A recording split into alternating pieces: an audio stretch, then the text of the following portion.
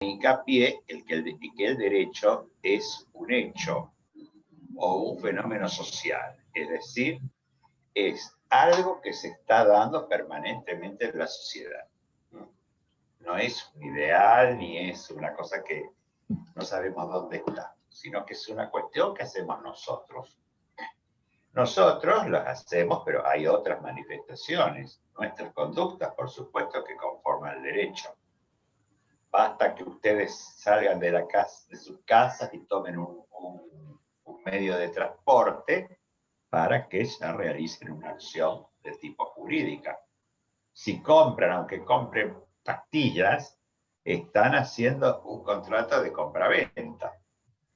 No se dan cuenta, pero todo eso es derecho, que cuando van a sacar el carnet de conductor, eso es derecho. Cuando se ajustan a las disposiciones de la universidad para el cursado de las materias, eso es las acciones de ustedes sobre el derecho. Lo mismo cuando respetan a sus padres o a sus progenitos, o a sus mayores, o a sus hijos, etcétera, sobre los que si tienen hijos tienen deberes de parentales de ayuda. Bien, quiere decir que al ser un hecho social aparece de muchísimas formas en la sociedad. En nuestras conductas ya lo hemos visto, en las conductas de los demás. Bien, aparece en funcionarios que se ocupan de realizar las acciones del derecho, poder ejecutivo, poder legislativo, poder judicial. Aparece en los legisladores, que dictan las normas. Aparece en la ley, en las leyes, en los decretos, en los actos que generan normas jurídicas. Aparecen los valores jurídicos. ¿Por qué? Porque sabemos que los valores jurídicos como la libertad, la justicia, la seguridad jurídica, el orden, la solidaridad, son metas a las que tiende el derecho a llegar para realizarlas en la sociedad y después vivir de esa mejor forma. También sabemos que cuando alguien infringe la ley o hay problemas o conflictos legales, acudimos al juez, que es otra de las figuras que también vemos en la sociedad actuando. Bien, ¿para qué estamos haciendo esto? Para mostrar que el derecho tiene una riqueza y una heterogeneidad muy grande, que no es fácil cerrarlo en una definición. ¿Se pueden hacer definiciones de derecho? Por supuesto que se pueden hacer definiciones de derecho, pero a veces las definiciones del derecho son cortas en el sentido que no engloban la totalidad y la heterogeneidad de lo que el derecho es. Enseguida vemos que cuando analizamos las formas de lograr llegar al estudio del derecho, vamos a encontrar con que hay definiciones diversas. Por ejemplo, la definición de Kelsen, el derecho son las normas de conducta. El derecho son normas de conducta, pues un conjunto de normas de conducta que después vamos a ver que están detrás de las cuales existe una cualidad que es la coerción. Si buscamos la definición de Santo Tomás, vamos a ver que el derecho es una forma de representación de la conducta del hombre que tiende al bienestar de todos. Y si buscamos desde el punto de vista, por ejemplo, marxista, vamos a ver que el derecho es la subordinación de una clase social a otra. Fíjense que las tres definiciones parece que estuvieran definiendo cualquier cosa, al menos lo mismo.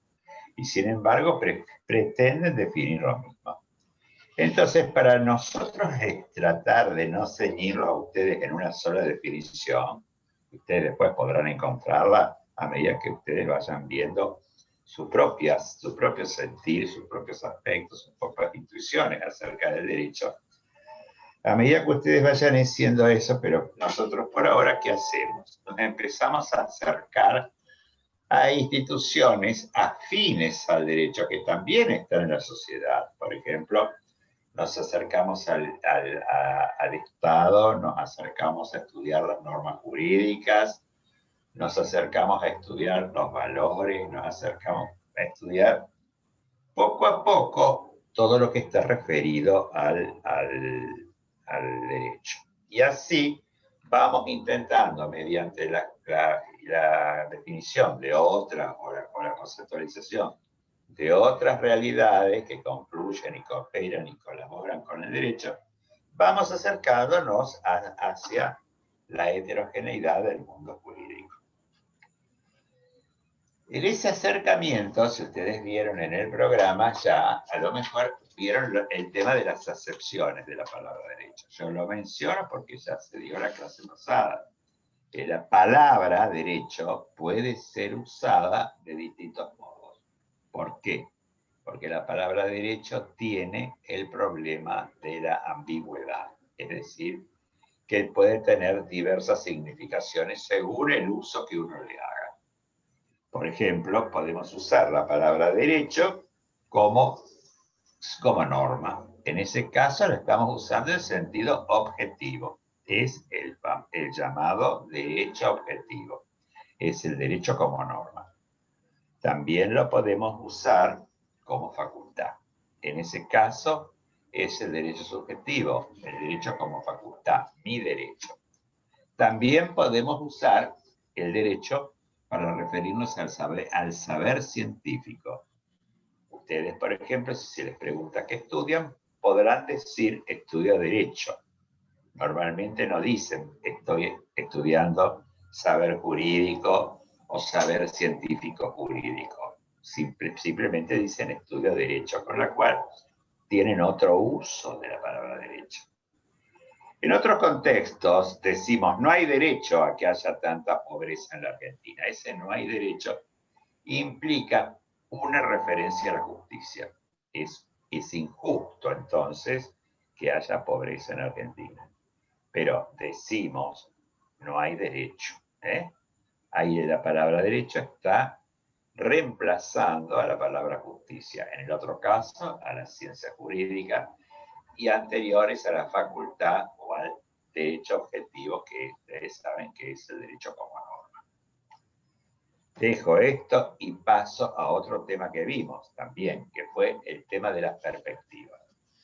Siempre tratando de acercarnos al concepto del derecho, de ir armando nosotros un concepto del derecho.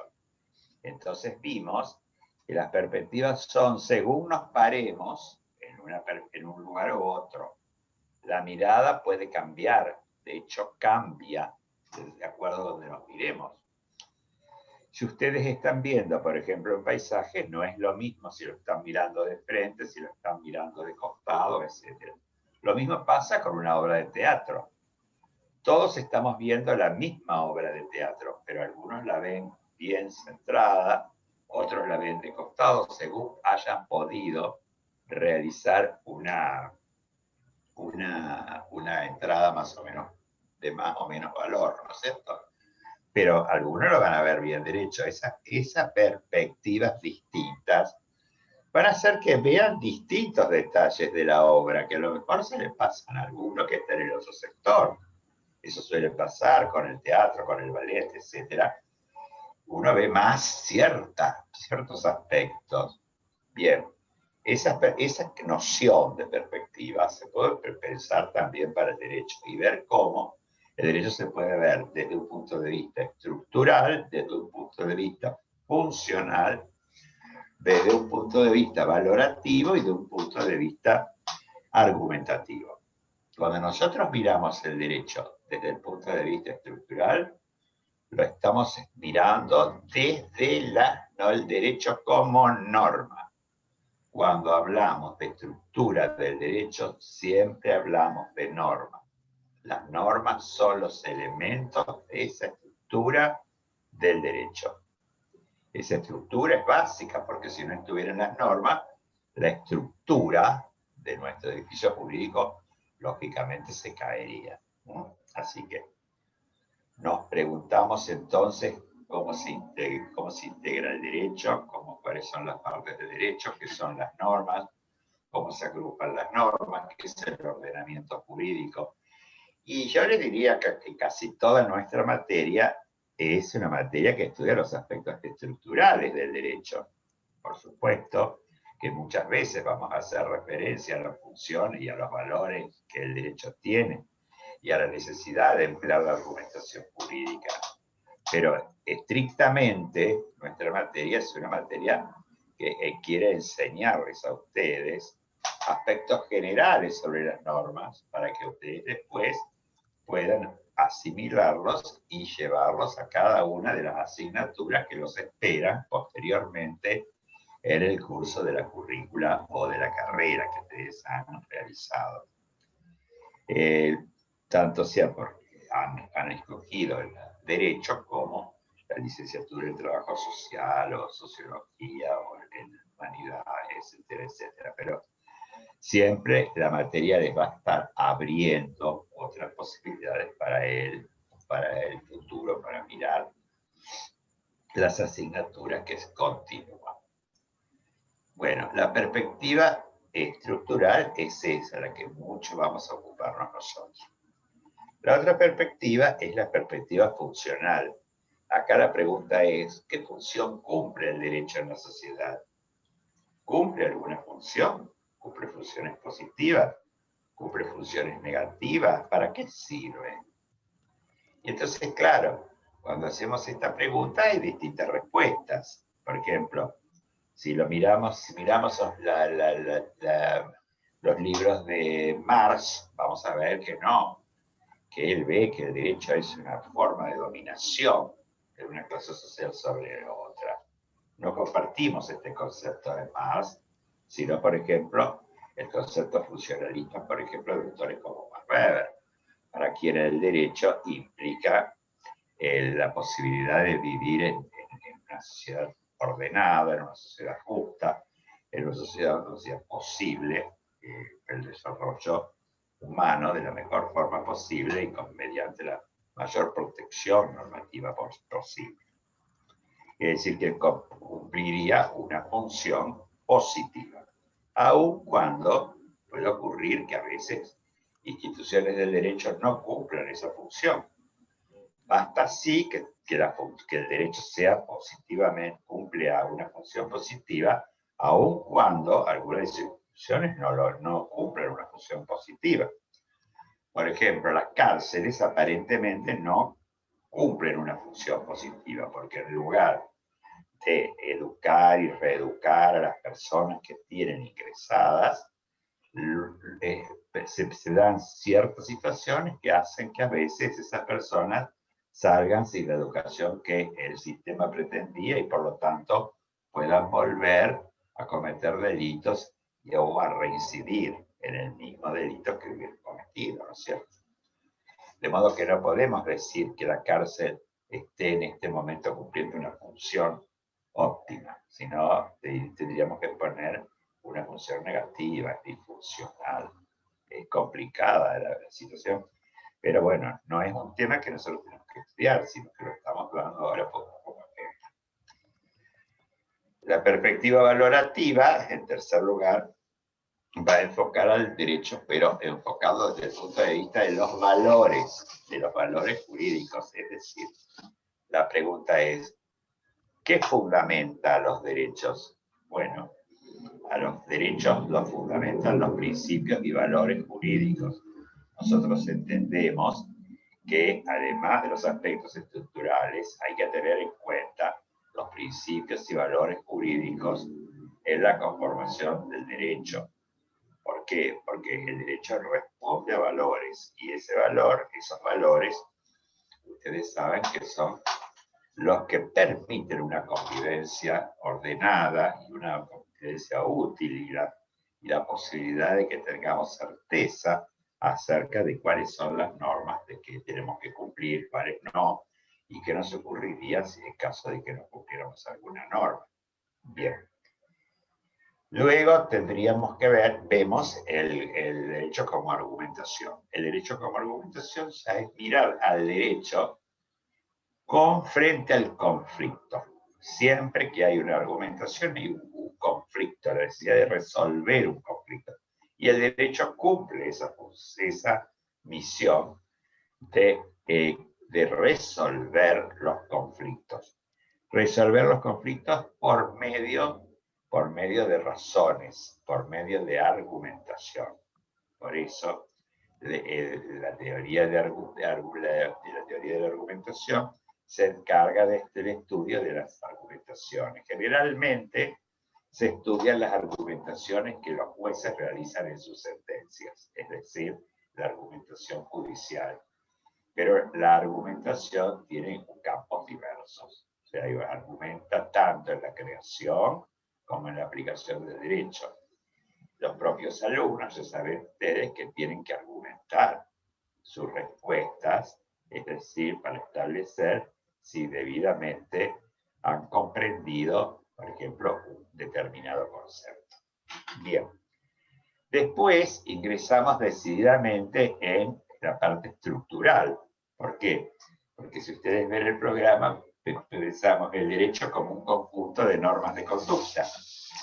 Y bueno, ahí estamos ya ingresando en la parte estructural, porque de alguna manera estamos mirando que el derecho es una norma de conducta que pertenece a un sector de la normativa, y que hay otros sectores también, que la conducta no solo está regida por el derecho, sino que también está regida por la moral, por los sociales, y para las personas religiosas también para la religión. ¿Cómo se podía entrar a ver el derecho como norma? Se podía entrar a través del uso del lenguaje. Entonces, por eso nosotros, van a ver ustedes en el programa, el derecho como normas de conducta, y después dice noción de norma a partir del análisis del lenguaje. El análisis del lenguaje nos muestra que usamos el lenguaje en distintas formas. Por ejemplo, a veces lo usamos en una forma informativa o descriptiva. Por ejemplo, decimos, bueno, esta pared es amarilla, este ascensor no funciona. Estamos dando información, estamos describiendo situaciones. A veces es emotiva, cuando nos duele algo, dice, bueno, ahí tenemos una función emotiva del lenguaje, cuando también a veces decimos alguna mala palabra.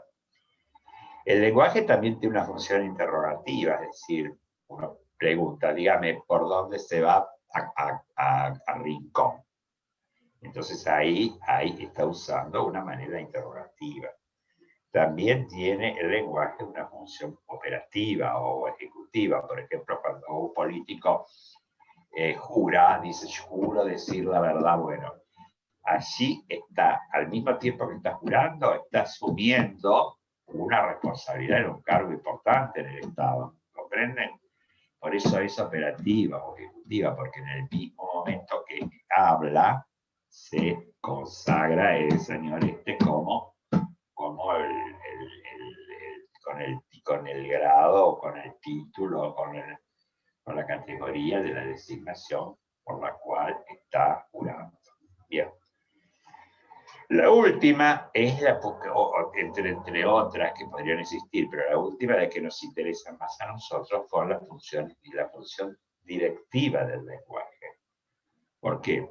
Porque la función directiva es la función propia de las normas, de toda norma, no solamente de la norma jurídica, sino también de las normas morales, de los usos sociales.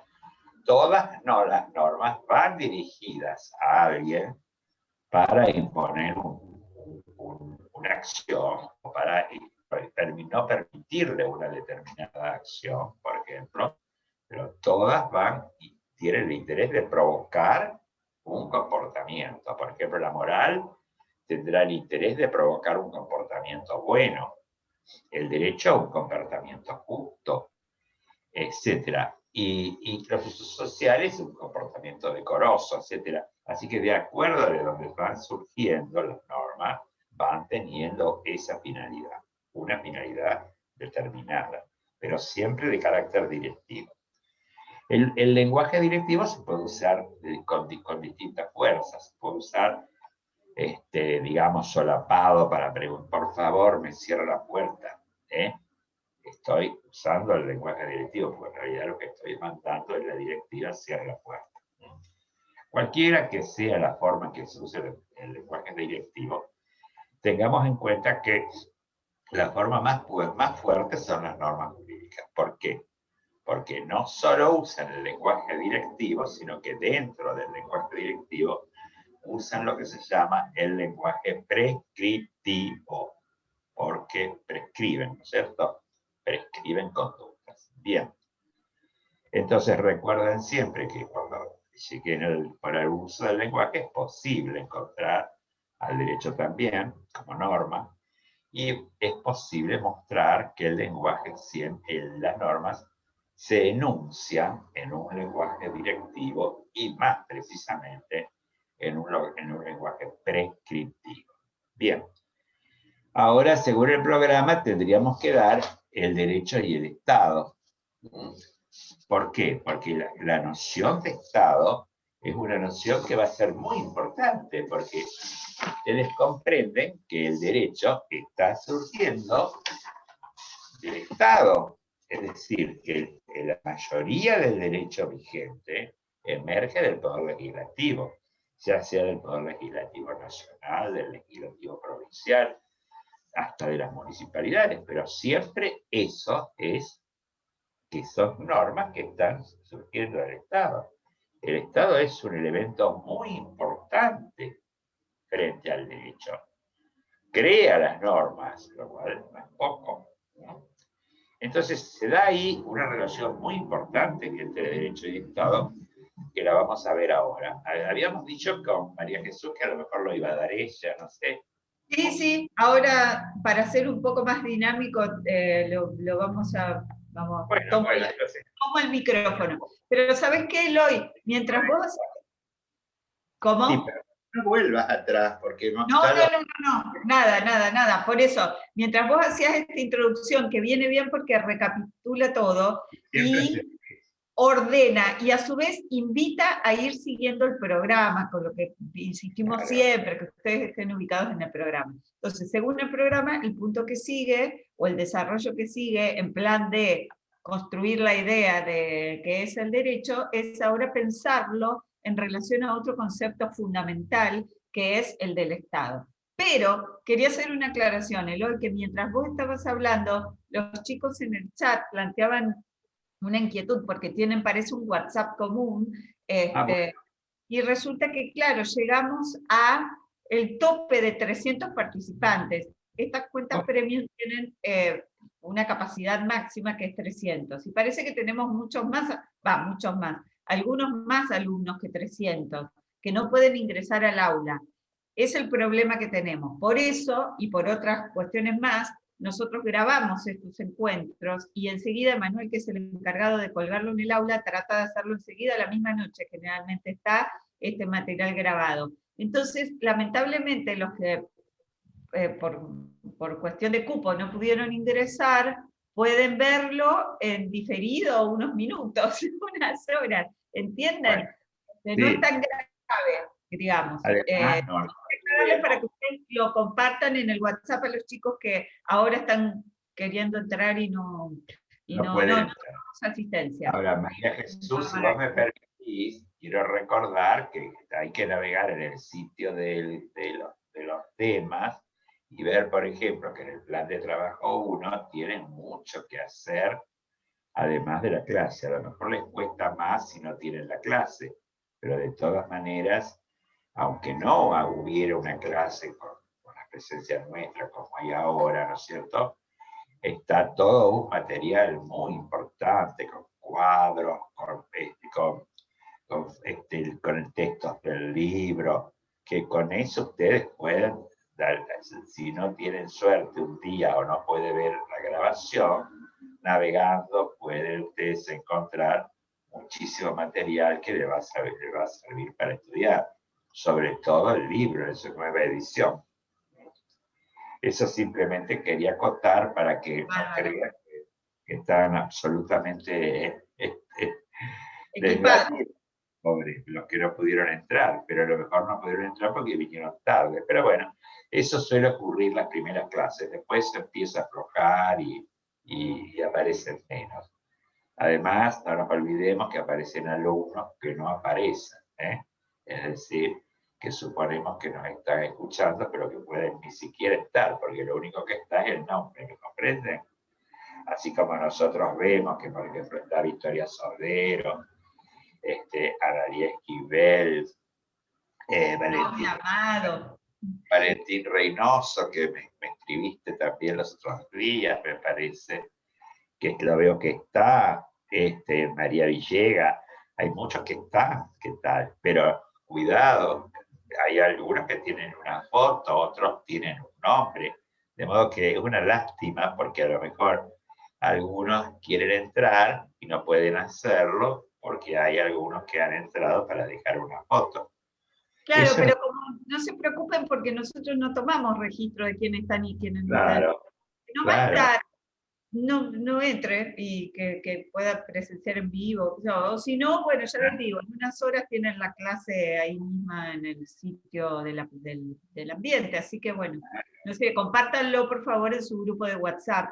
Así se quedan tranquilos los que no pudieron entrar y que les vaya a ir pasando a otros los próximos. Y nosotros podemos ver nada más, por ejemplo, a Martina Cachahué, qué sé yo, a muchos chicos que están, a Martina Casarín, a Nadia Espinosa, que ahora se le torció la imagen. Y lo que están en la primera página, porque saben ustedes que, por ejemplo, en este momento hay dos cuando más pasas página, más fotos hay. No, bueno, pero es lindo, por lo menos, bueno. Ahora entró Gabriel, por ejemplo, en mi pantalla. Entonces, ahí está el concepto nuestro. No está en tomar que vino fulano, vino mengano, porque lo que importa es el interés del alumno, no que ponga un aviso ahí con un nombre, ¿ok? Pero igual, no se preocupen porque nosotros también somos objetivos al evaluarlos, ¿eh? No vamos a, los que hayan venido o no hayan podido venir un día, no vamos a tener, no va a influenciar absolutamente nada, chicos, ¿eh? Tranquilo, muy tranquilito. Vamos a hablar del Estado ahora. Dale. Bueno, entonces, para continuar, ahí alguien me preguntaba en el chat que ubiquemos ahora que empezamos a reflexionar con relación al Estado, en qué parte del programa estamos. Estamos arrancando con el punto 4. Y viene bien esta aclaración, obviamente del tema 1 estamos todavía. Viene bien esta aclaración porque, claro, a mí me gusta resaltar que cuando nosotros ahora empezamos a reflexionar en relación al derecho y el Estado, de modo articulado, vamos a ver, de modo articulado, de modo integral, no separadamente, otros conceptos que están involucrados en esta reflexión respecto de la relación entre el derecho y el Estado. Ya vamos a ver cómo cuando nos vamos metiendo, aparecen necesariamente conceptos como el poder, como la fuerza, como el consenso, ¿entienden? Entonces, que continúan en el programa, fíjense, en el punto 4 propone derecho y Estado. El punto 5, derecho y poder. Y reflexiones en relación al poder. El punto 6, derecho, fuerza y consenso. Bueno, estos 3 puntos, necesariamente, ustedes ya cuando empiecen a reflexionar sobre el Estado se van a dar cuenta que estos puntos se tienen que ver de un modo armónico, ¿no? De un modo integral.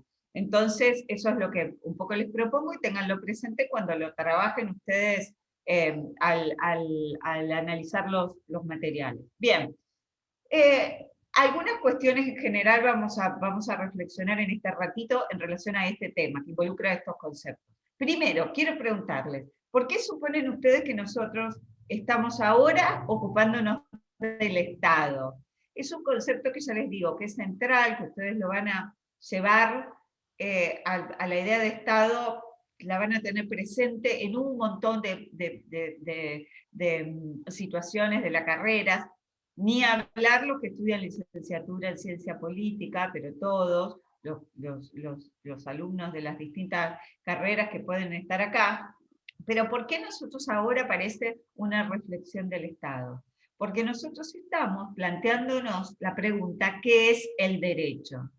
Y vamos a darnos cuenta, como ya aclaramos en un principio, a la idea de qué es el derecho no la podemos trabajar solamente con una definición, porque es imposible que una definición abarque todos los aspectos que el derecho es. Nosotros dijimos, le proponemos ir desde distintos lugares. Bueno, vamos a ver que si nosotros reflexionamos sobre el Estado, necesariamente la idea del Estado y pensar en el Estado nos va a llevar necesariamente a tener un poco de mayor claridad conceptual respecto de qué es el derecho y esta parte en relación al Estado. Entonces, entendiendo al Estado, vamos a entender un poco más al derecho. Por eso aparece acá, y por eso, porque los conceptos que también los asociamos fuertemente con el Estado, como son el poder, como es la fuerza, también los tenemos que asociar fuertemente a la idea del derecho y las normas y su aplicación y la coacción y otros conceptos que vamos a ir trabajando más.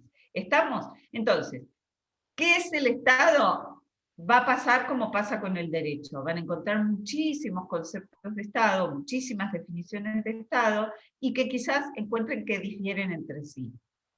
No hay problema, ustedes pueden elegir la que a ustedes les parezca más interesante, más satisfactoria. Lo que aconsejamos es que sea una definición del Estado que de alguna manera involucra al derecho, porque en ese plan estamos. De hecho, es posible definir el Estado a partir del derecho o incluyendo la idea del derecho, como vamos a ver ahora, y también es posible definir el derecho aludiendo al Estado. ¿Entienden? ¿Por qué? Porque son dos conceptos muy fuertes y muy vinculados entre sí. Lo decía recién Eloy. Cuando nosotros pensamos en el derecho y las normas, básicamente pensamos en que esas normas provienen de autoridades del Estado. Y básicamente está muy bien. Lo que no está bien decir es que solo provienen del Estado, como vamos a ver luego. Pero en todo caso, bueno, son formas oficiales las que autorizan a los particulares a crear normas. Bien, entonces, aparece la idea de los elementos del Estado, un tema que ustedes lo traen desde el colegio, ¿no es cierto? Y ahí también hay diferencia entre ciertos autores. Lo que se comparte es que el Estado tiene elementos materiales, que son el territorio y la población. Es decir, todo Estado tiene que contar con un territorio propio sobre el que ejerce la soberanía y una propia población. El elemento material, como tercer elemento, que, bueno, algunos autores ponen otro, pero a nosotros nos parece interesante, creo que es Giorgio Del Vecchio, el que trabaja estos elementos. El elemento material es el vínculo jurídico.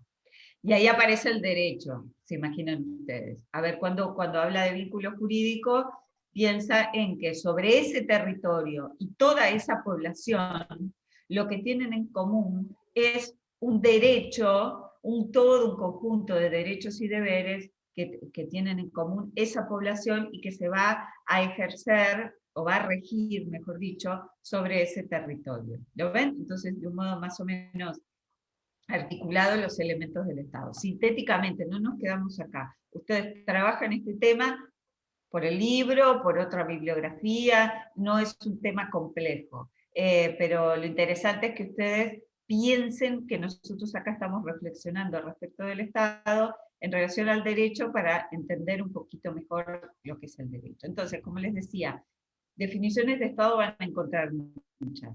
En general, el Estado es una determinada forma de organización política. ¿Qué significa eso? Que es una determinada forma de organización del poder.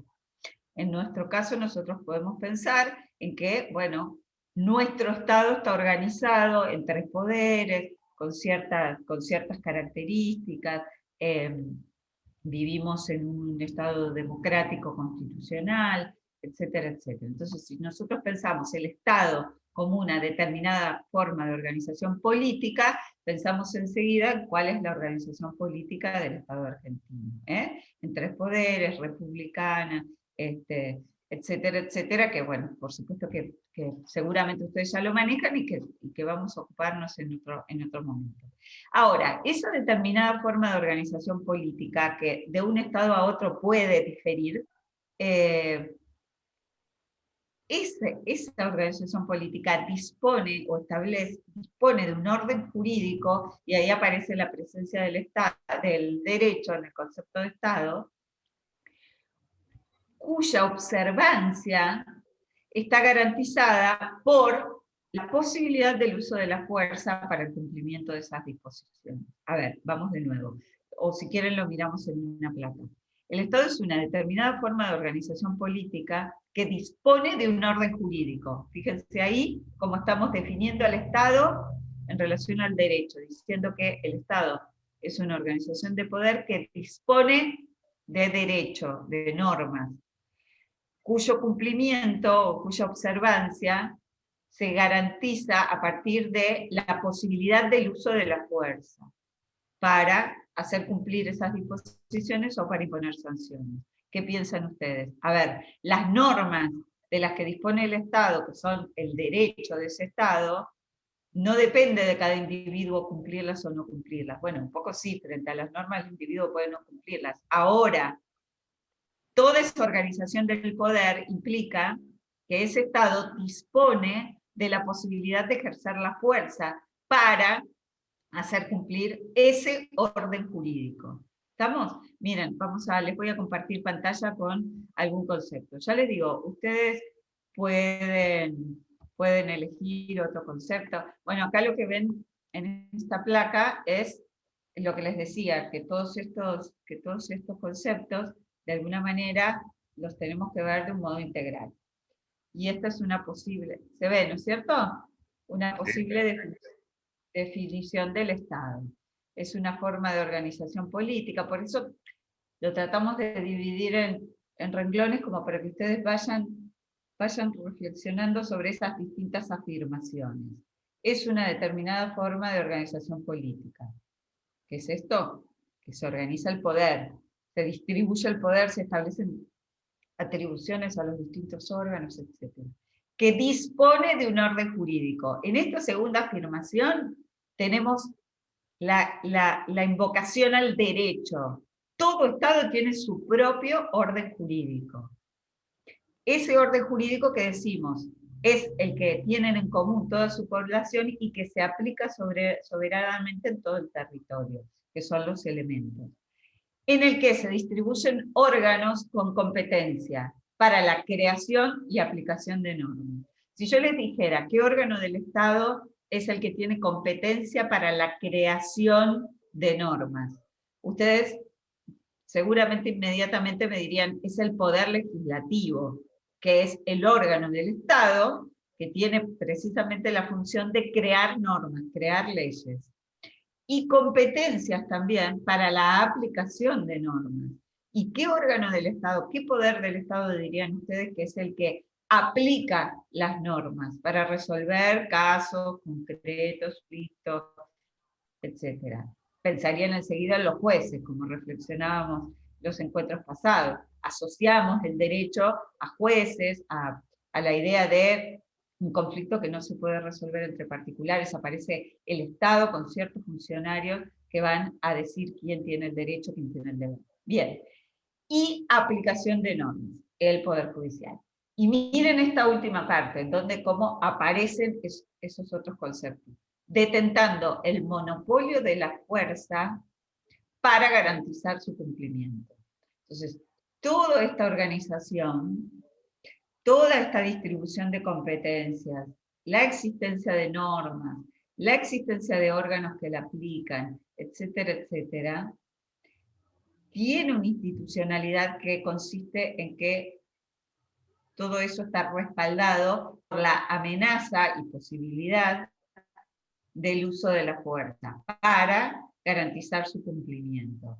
Nosotros, como vamos a ver en el capítulo 3, el hombre, pautas de comportamiento de otros órdenes, no es el derecho el único que indica al hombre qué debe y qué no debe hacer.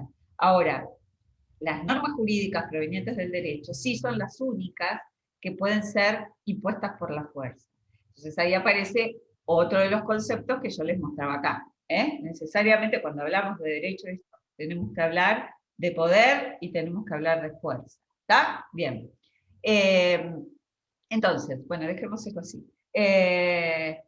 Aparece entonces la idea del... acá ustedes tienen abierta la reflexión a a muchísimos a la reflexión de qué es el poder, para qué sirve el poder, por qué tiene poder el que tiene poder. Entonces, insisto, esta reflexión se puede ir para muchos lados, pero nosotros en este punto, como les decíamos en el encuentro pasado, estamos dentro del tema 1.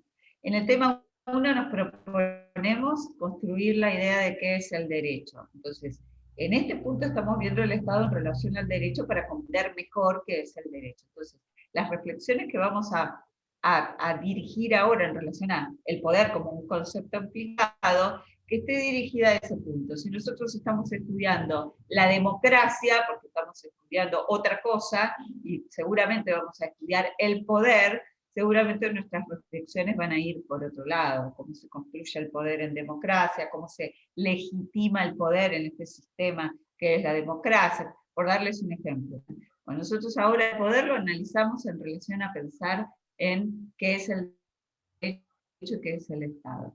Bien, y acá invitamos en el libro Loi, convida una reflexión de Bobbio que clasifica el poder en cuanto a cuáles son las formas fundamentales de poder.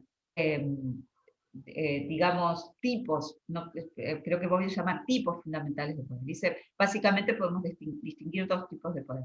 El poder que se ejerce sobre la naturaleza, claramente el hombre ejerce poder sobre la naturaleza, y bueno, podemos decir que ese poder sobre la naturaleza no lo ejerció de un modo muy responsable, bueno, tema aparte, que bueno, que consiste en explotar los recursos naturales, y bueno, no nos interesa demasiado en el momento. Después está ese poder ejercido sobre la naturaleza. Otro tipo sobre los demás hombres, o denominado poder social. Ese poder ejercido sobre los demás hombres puede ser ideológico, puede ser económico y puede ser político. El poder ideológico es el que el hombre ejerce sobre los demás hombres con la herramienta de la transmisión de ideas, de tratar de formar opinión. Entonces, que, por ejemplo, los medios de comunicación, como son una herramienta, un medio, una vía, ejercer el poder ideológico, como otros tantos espacios en la sociedad. Bien. El poder económico, recursos de producción, recursos escasos, recursos básicamente económicos. Y el poder político es el que más relevancia tiene para nuestra reflexión, que es el que lo ejerce solamente. El poder ideológico puede provenir de distintos detentores de poder. El poder económico también puede provenir de distintos detentores de poder. De hecho, el Estado también lo tiene, el poder económico. Ahora, el poder político solamente proviene del Estado. Y el poder político consiste en detentar la posibilidad del uso de la fuerza para hacer cumplir el derecho o imponer sanciones. Entonces, cuando ustedes reflexionan en este contexto sobre el poder y caen en esta definición de Bobbio y aparece el poder político, tienen que asociar directamente esto a una afirmación, que es el poder coactivo monopolizado en el Estado. El uso de la fuerza solamente está legitimado desde el Estado. Bien, y acá aparece la fuerza. Cuando pensamos en el poder político, aparece necesariamente el concepto fuerza. Y ahí sobre la fuerza, de nuevo, se abre una reflexión bastante interesante, bastante abierta, que implica pensar en, a ver, la fuerza y las normas. Algunos ven a la fuerza como aquella herramienta de la que se vale el Estado para asegurar el cumplimiento de sus normas, como Austin, por ejemplo, y Ehring, autores que vamos a ver enseguida, enseguida en otros temas.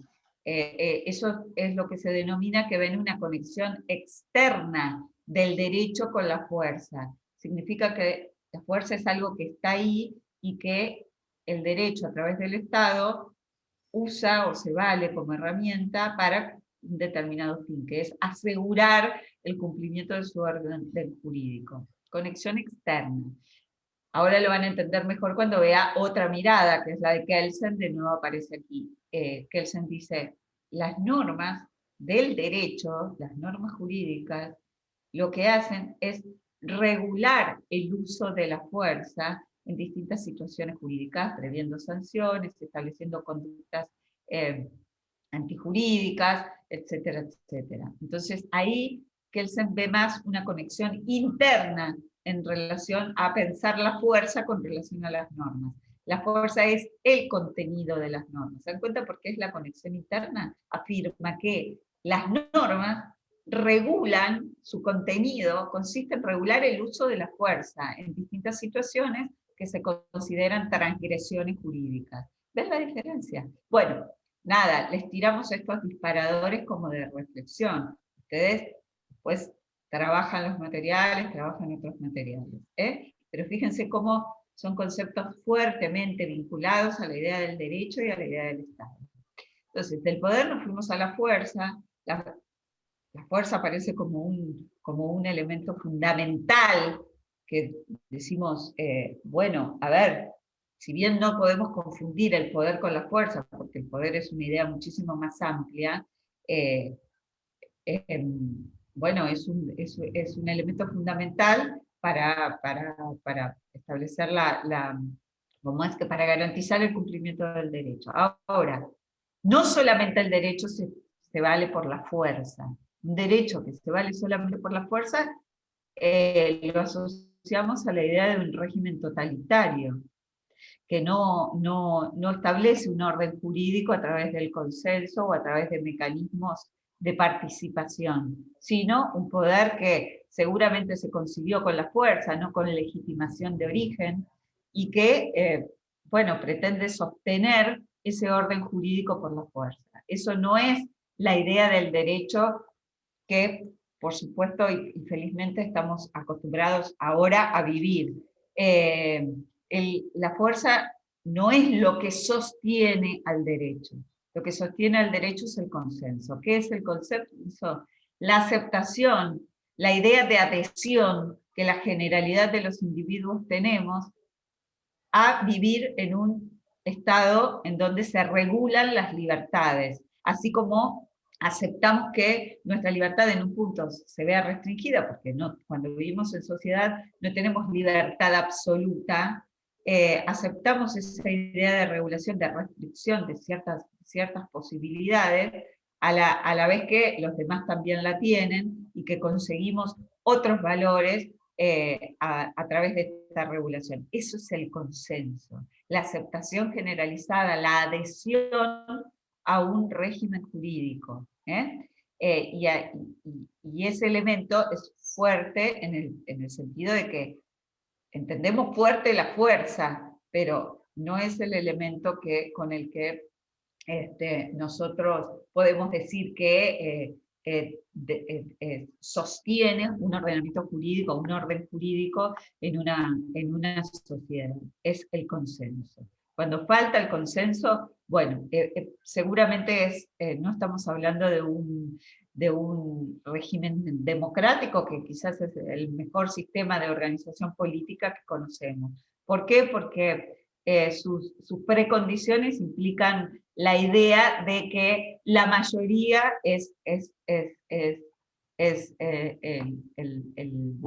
lo que quiere, claro, la mayoría lo cumple, la mayoría lo elige, etc. Siempre va a haber conductas desviadas, siempre. No significa que, bueno, por supuesto que se pierda eficacia o consenso de un determinado sistema jurídico. Entonces, estas son algunas ideas que tiramos como para que ustedes tengan estos elementos para trabajar este tema de un modo así como los estamos invitando a trabajarlo. Bueno, Eloy, no sé si te parece que da para alguna... Yo quería quería hacer un agregado a lo que vos has dicho, porque veo que en el programa coincide con lo que acabas de dar sobre el poder coactivo como monopolio del Estado. Entonces, justamente, quería mostrar que el poder coactivo, es decir, la posibilidad del uso de la fuerza, es exclusiva del Estado. Justamente el Estado ha quitado a los particulares la posibilidad de ejercer la fuerza. Entonces, los particulares no pueden ejercer la fuerza frente a otro. Esto se ha dado en llamar también, no se puede hacer justicia por mano propia. Sin embargo, en las épocas primitivas, el poder estaba en los particulares. Entonces, recordarán, si han visto películas o historias, etcétera, que a una familia se le mataba a una persona y la persona a la cual pertenecía a la víctima perseguía a la otra persona hasta matarla. Eso se traducía mucho en el tema de la ley del talión, es decir, que se generaba un daño a partir o equivalente al daño que se hubiera sufrido. Y eso no es así, porque las particulares no podemos hacernos cargo de la fuerza. Y fíjense ustedes que cuando los particulares hacemos cargo de la fuerza, el Estado se convierte en un Estado violento, con una violencia tal que se ingresa en el caos y ya no es posible convivir. El Estado es entonces el que ha tomado de los particulares el uso de la fuerza y por eso se dice que tiene el monopolio, porque nadie puede competir con el Estado con el uso de la fuerza. Y la fuerza es necesaria. ¿Por qué? Porque si no, no se podría cumplir siempre con los objetivos del derecho, porque no todos están de acuerdo en las formas de socialización que el derecho plantea. Y por lo tanto hay personas que roban, que delinquen, que dañan, que injurian, que etc. Y el derecho tiene que tener una respuesta, y esa respuesta es una respuesta de fuerza. Porque, por ejemplo, si a un homicida o a una persona que ha robado va a la cárcel, el hecho de enviarlo a la privación de la libertad es un acto de fuerza. En ese sentido es que hay que entender la fuerza. La fuerza se ejerce ahora en el ejemplo del orden penal, pero también se puede ejercer en el orden civil. Si un juez ordena un desalojo y la víctima, pudiendo conseguir otra vivienda, por ejemplo, no se va de la casa donde está conviviendo, se puede usar contra él la fuerza. Es decir, la fuerza en este caso sería sacar los muebles y todos los elementos de esa persona a la calle y darle la propiedad a la persona del cual es titular. Eso también es una forma de hacer fuerza. Fuerza también es un embargo, inhibir a una persona, lograr que una persona deposite una pensión alimenticia, por ejemplo. Si a esa persona no paga, el Estado utiliza la fuerza, oficia al banco para que mande al expediente una determinada cantidad de dinero en depósito que después entrega a la persona que tenía derecho a la recepción de esa pensión o de ese dinero, dado el caso que sea. Entonces, la fuerza o la violencia y que es propia del Estado es necesaria, porque sin eso el Estado realmente quedaría absolutamente sin posibilidades de hacer cumplir las normas, porque hay personas que desvían sus conductas, no pueden ajustarse a lo social. Por supuesto que la mayoría se puede hacerlo, por eso también hablamos de consenso. Bien, otro aspecto que yo quería destacar es que si bien es cierto que el derecho, que el Estado produce el derecho y regula y organiza sus instituciones y las regula, etc., también es cierto que el Estado se obliga a las normas que el Estado ha establecido. Por ejemplo, El Estado establece la Constitución y la ley, pero después queda obligado por esa Constitución y por esa ley. La Constitución, por ejemplo, en el caso de nuestro país, ni siquiera se puede reformar fácilmente. Se puede reformar, pero a medida que tenga que reformarse, el Estado entonces tiene que realizar un procedimiento determinado para reformarla y no puede reformarla así nomás. ¿Qué puede ocurrir acá? Que las personas que ejercen por representación los cargos en el Estado, por ejemplo, el presidente, el vicepresidente, los senadores, los diputados, los jueces, los gobernadores, están atados a lo que el derecho establezca. No lo pueden modificar por su gusto. ¿Por qué? Porque el Estado queda comprometido con el propio derecho que ha realizado. De modo que, en este sentido, el Estado se convierte en un garante de que no se va a extralimitar ningún poder del Estado o ninguna autoridad que ejerce un poder del Estado si no es de acuerdo con lo que está establecido en la ley. No puede actuar de otra forma que cumpliendo lo establecido en la ley y en la Constitución. Eso pasa mucho con el juez. Y ese tema, no sé, nos va llevando a los otros que vienen, a María Jesús, ¿no? El positivismo, Sí, que es con el punto que, bueno, de alguna manera cerramos, claro, bueno, aparece después en el programa funciones del derecho, que eso es volver a la perspectiva funcional sobre la que ya estuvimos reflexionando un poco, pero se profundiza mucho más ese aspecto de la mirada hacia el derecho, ¿no? La función que cumple el derecho en la sociedad y las respuestas que se han dado a este interrogante. Vimos ahí que preferimos siempre las opciones positivas del derecho. Y claro, sí, eso ya lo habíamos aclarado. Califican el derecho.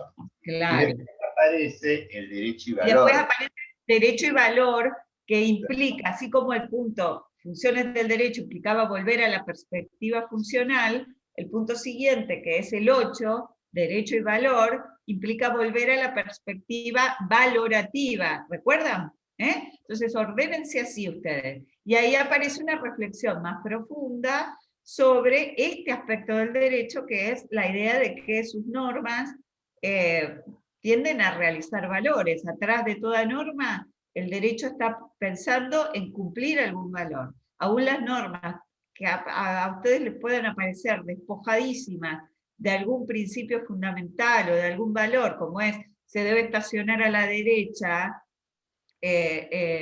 o se debe estacionar en tales horarios, permitido o no permitido, bueno, es una norma que pretende realizar un valor, que es el orden, la seguridad vial, la seguridad en la circulación de vehículos y peatones y todo tipo de vehículos a la vía pública, etc. Y así, imagínense normas donde están más implicados derechos fundamentales de las personas, etc. Siempre, siempre el derecho es una determinada regulación de relaciones en pos de la realización de valores. Atrás de las normas siempre hay valores. Entonces, es un aspecto fundamental del derecho desde el cual también se lo puede definir.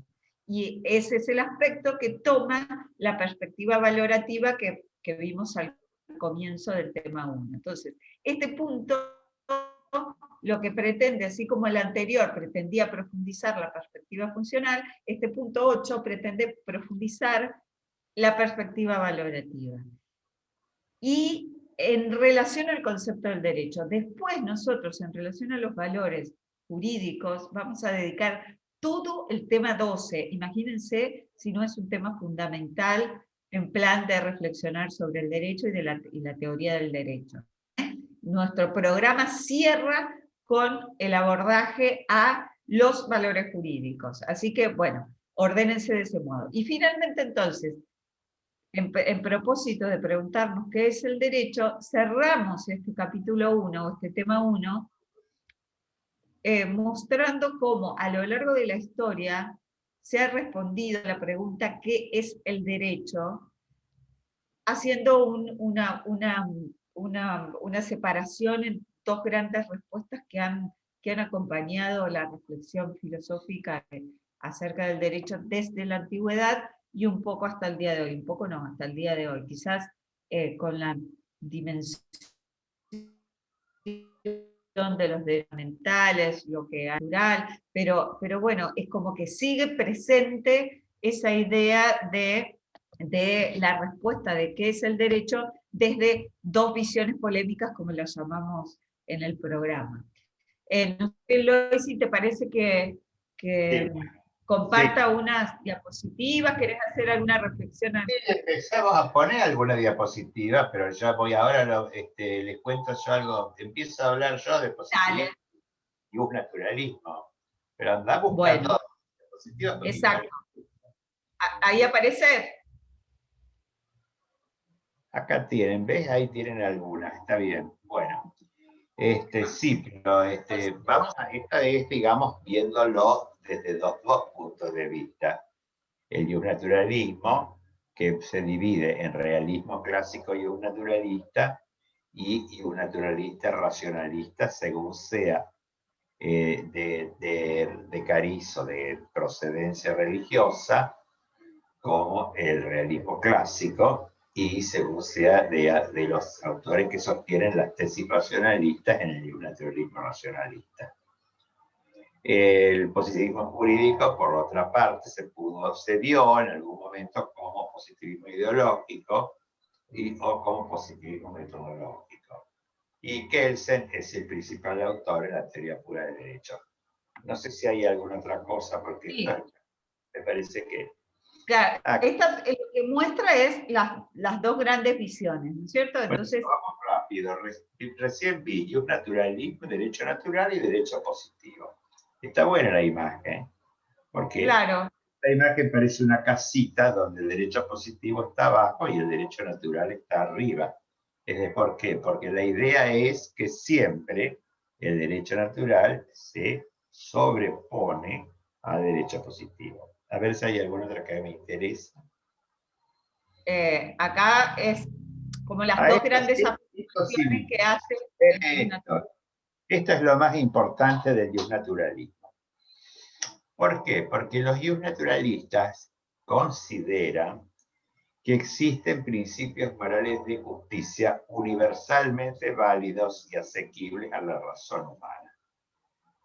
Ojo con esto, porque no todas las personas o no todos los autores tienen esta misma línea.